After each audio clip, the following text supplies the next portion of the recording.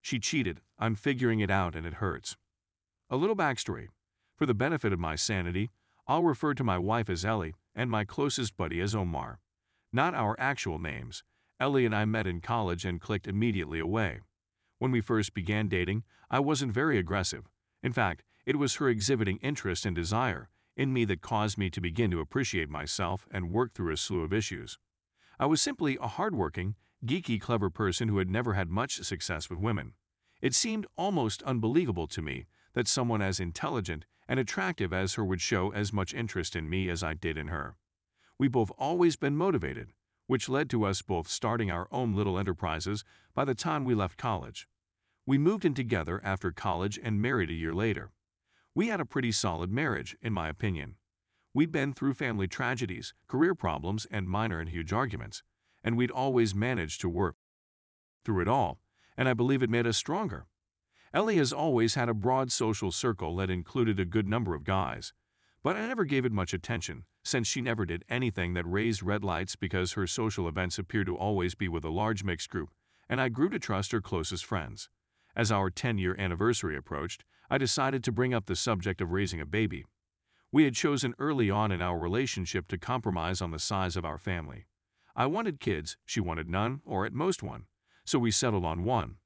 Now, 10 years into our marriage, financially stable, and thinking about how good I thought our relationship was, I broached the subject. I can't help but believe that my actions may have triggered this whole line of events. She told me around 3 months ago that she was going out with her buddies to have some fun. She essentially told me she needed to relax, since she was freaked out over my inquiring about having children again.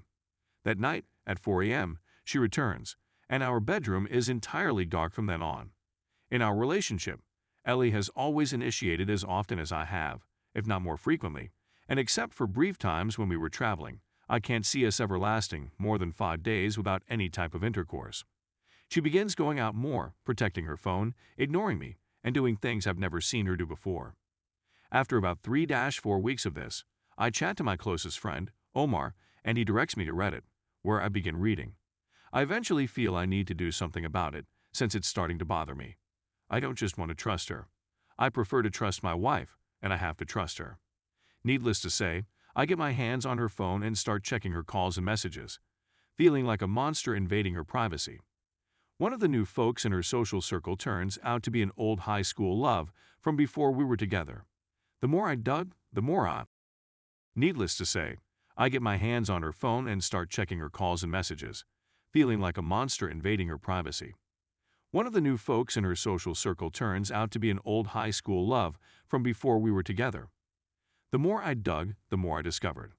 I suppose the fact that I'd always trusted her entirely made her more relaxed about concealing the affair. I discovered that he had attended that party a month before, and they had spent the whole night catching up and ended up kissing, not even really disguising it from her entire circle of people, and then coincidentally walking to the restroom at the same time. All I'd felt up to this point was a huge pit of uneasiness in my stomach, a part of me attempting to cling on to the idea of the lady I believed I'd married, a sort of self-delusion. But the anger and despair become overpowering, exacerbated by the fact that she seems clueless to my apparent apathy. She didn't realize I'd ceased making romantic gestures. I felt like I was breaking down on the inside. Finally, about a month ago, I decided to catch them in the act, and I told Ellie I was going to see my cousin for the weekend. He lives 3 hours away, but instead I went to stay with Omar, who has been assisting me in recording and copying everything. I waited, and sure enough, she took him to our home and placed him in our bed. I crept inside the home and made my way to our room, and the noises confirmed my suspicions. They were so engrossed in it that they didn't see me standing outside the door, capturing them with my phone. I genuinely felt something inside of me, like if something in my spirit broke so loudly that I could hear it. My veins became ice cold and I couldn't breathe because it felt like a 10-ton anvil had been dumped on my chest. I became numb. Because I only recall sections of the following few minutes, I can only tell you what Omar claims occurred in this section. According to Omar, whom I had brought as a witness, I came over to them, yanked the man off the bed, and Omar yanked me off of him. I recall Omar pinning me to the ground. Following that, there was the expected hysteria of being apprehended. I went no contact for 5 weeks and started working with a lawyer, bracing myself for the worst. Omar acted as her point of contact throughout that period since I didn't want to speak to her. Ellie called my folks to inform them that we were having troubles. We met and chatted after 5 weeks of NC. She was sorry and said it wasn't my fault since it was all her blame, her responsibility, and her choices. We decided to seek marital therapy to see if there was anything salvageable. I can't believe I still adore her after all of this time. I'm disgusted with myself for caring about her well-being and happiness. I really despise the fact that I now have to rethink our whole relationship. Was it only now that she became open about cheating, or had it occurred before and I didn't look deep enough, or was too trusting to notice it at all? It's been over a month since I decided to undergo marital therapy, and I have a few questions for those who have previously gone through it. 1. Is it feasible to reconcile without losing one's self-esteem? 2. How long does the cycle of anger, sadness, and numbness last? I'm tired of being on an emotional roller coaster all the time. 3. I despise the concept of having to be on the watch all of the time. I'm not sure whether that's a symptom of me wanting to leave or simply exhaustion. To be honest, I'll accept any suggestions. I adore her. I've been madly in love with her since we met in college, and I want to make it work. Is it really feasible, and if so, will it ever resemble what it used to be in any way? Update. After reading everyone's responses and letters, I took the weekend to process everything and solidify my resolve. I realized that if I continued with her, I would never be able to live with myself. Staying and working on it would require me to give up a big chunk of my self-esteem. I also recognize that I don't want to be in a relationship that requires me to be constantly on the lookout for symptoms of treachery. So I decided to hit the proverbial red button and destroy everything. Here's how it all played out. Monday, I awoke to an unexpected surprise. My Johnson greeted me with full attention as I opened my eyes. Guys, I can't tell you how surprised I was, given that I hadn't had morning wood since learning about Ella's affair. My body seemed to be screaming, hell yes, we're going to get this done today and be done, ready for something fresh. I literally laughed so hard when I saw it that Omar and his wife came to check on me, fearing I was having a nervous breakdown.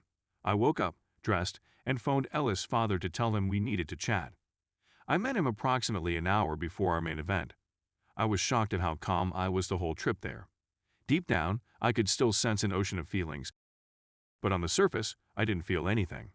We sat together at a little mom-and-pop breakfast joined near his home. Ella's father is a wonderful guy, cheerful and witty, but most importantly, he is calm. I complimented him for how he and his wife had treated me over the years and apologized for having to have this conversation with him. He listened carefully, but when I told him why I was divorcing his daughter, he got his head. I could see he was embarrassed and furious, not at me, but at Ellie. He said he understood, and I requested him not to tell Ellie since I was going to tell her in 1 hour. He nodded, we shook hands, and he warned me to be careful. I hated having to break his perception of her. I questioned whether I should have asked him to care for her, but I suppressed that inclination because, first and foremost, he is her father, and of course he would care for her. But it is also no longer my responsibility to care for her. She is a big girl. I next proceeded to our MC session, which was on our schedule. I had spent all day Sunday preparing what I would say to her and how I would say it. For the following several hours, I intended to effectively emotion-proof my actions and words. I sat in the parking lot for 10 minutes, simply praying. I hadn't felt like I wanted or could do anything since it all began. Ellie was wearing one of the gowns I liked seeing her in when we sat down for MC, and for a few seconds I forgot everything, but then the visceral disdain and contempt I felt forced the desire entirely out. I let the counselor get things started, as I had done in prior sessions, and after approximately 10 minutes of her and Ellie conversing, I cut her off.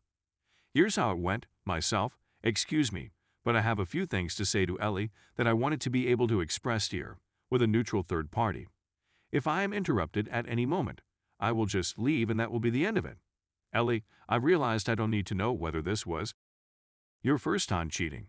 It makes no difference. I don't need to know how long it lasted. It makes no difference. I don't care how many times you cheated. It makes no difference. I'm not interested in finding out why.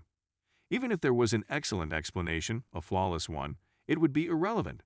It doesn't matter what you did. What matters is that you did it. I now understand that the only facts that count are those that are true. You would never have children with me. At this point, Ellie opens her mouth to intervene, but I start heading to the door, so she instantly backs off. You were going to drag me along for as long as it took. You had to cheat on me sooner or later. At this point, the tears began to flow for her. You do not respect or love me. The counselor seems to be ready to intervene, and I reply by taking another step towards the door, which stops that. My lawyer is filing for divorce as we sit here, and your father knows the complete truth of what has been going on as of about an hour ago.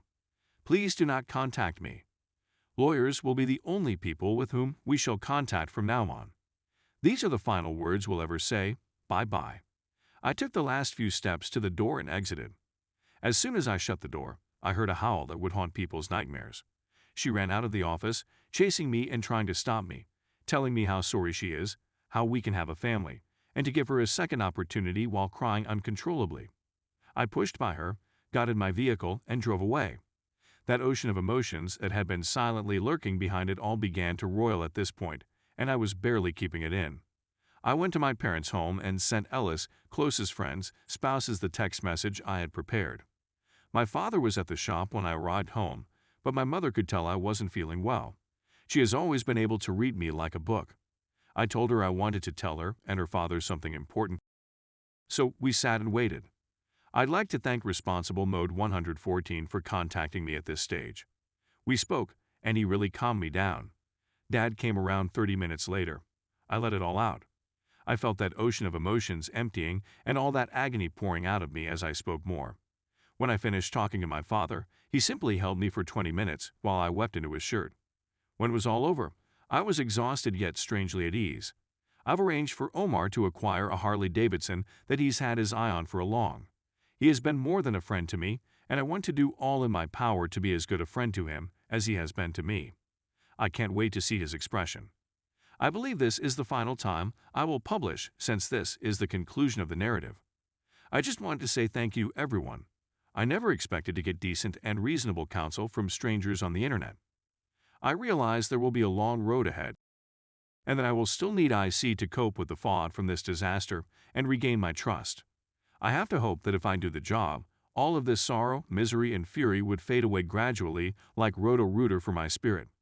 The rest of my life starts now, and I can honestly say I am looking forward to it.